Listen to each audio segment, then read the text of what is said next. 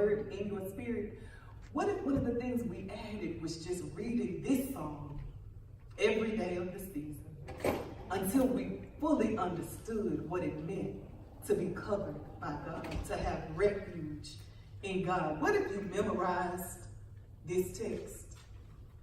And I know some of you looking at it like, well, that's a lot of words, Pastor, but it's a lot less words than the latest Travis Scott or Cardi B song. It's a lot less words than that.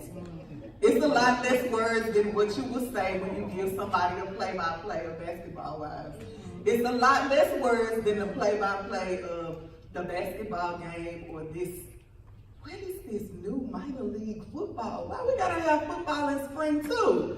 So it's a lot less words than when you would tell somebody about the game that you were watching. What if we learned that word from God this day? Romans says it to us this way: the word is near you and on your lips and in your heart. And it needs to be, because all of these temptations that the devil is throwing at Jesus, all that came out of the word. He's quoting scripture right back at him. You can do this because the Lord said he'll do that. If the enemy knows the word, we certainly need to know the word.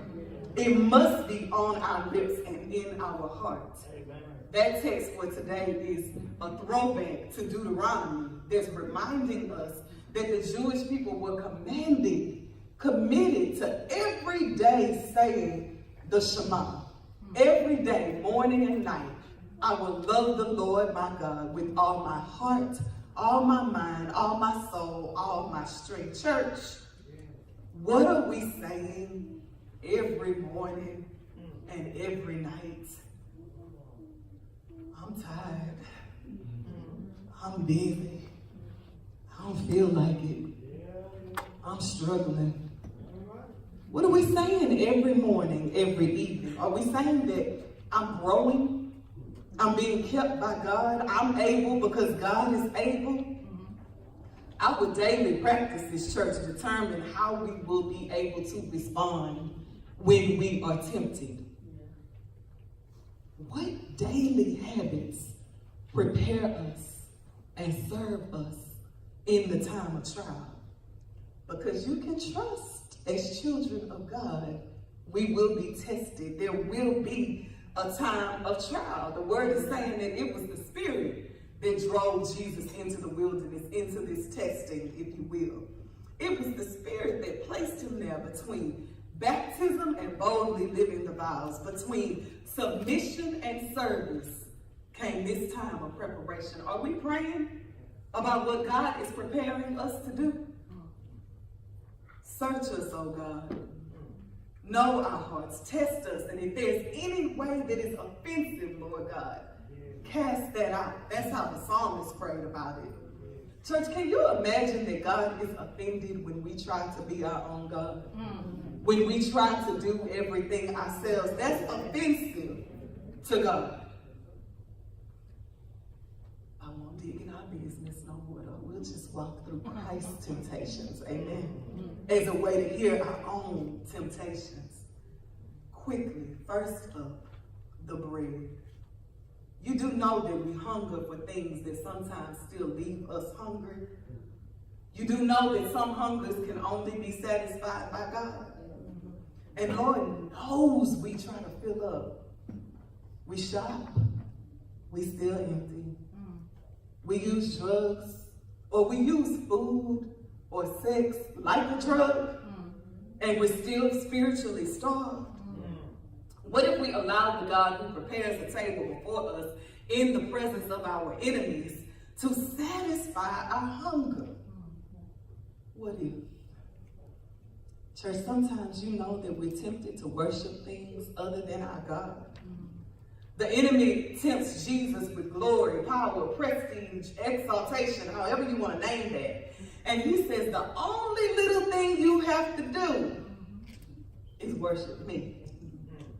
Now you know, if the devil is bold enough to come for Jesus, if the devil is bold enough to come for God made flesh and ask God made flesh to bow before him and worship him, then you know he will proposition you and I to ignore the image of God in us and worship the enemy. And while I know that most of us wouldn't go to a church or a community that said they were devil worshipers, we wouldn't do that. But you do know that we're giving him power and glory when we listen to the voice of the accuser more than we listen to the voice of the Almighty. Church, I pray that this season we can silence the voice of the enemy as we seek shelter in God's good news. I pray that the word of God itself concerning you will be a fortress around you to keep the enemy away from you. And last but not least, church, studying Christ's temptations tells us that we too are sometimes tempted to test God with what I'm going to call free will foolishness. Paul would say it this way: all things are permissible, but everything's not good for us. It's permissible, but it's not advisable. Yes, God will dispatch angels to catch you, but why test him when you could just trust him? Why test him when you could just trust him? And trust me, church, the attacks of the enemy, I don't think it's personal, but it is purposeful.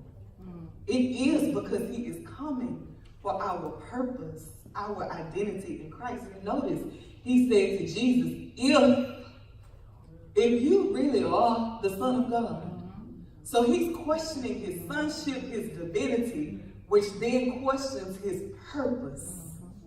If you are the Son of God. Anytime the enemy is coming against us, I don't think it's personal, but it is purposeful. It is an attack on our identity as God's beloved. It is an attack on our purpose as the people of God. Church, I wonder what the accuser is saying to you.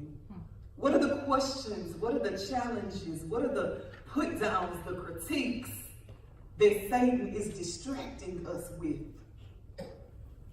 It doesn't matter how he attacks us. I do know that God already said to Christ, and God already says to us through the baptismal waters, you are my beloved, in whom I am well pleased. And now it pleases God to make sure that we're prepared to live the life that we've been called to.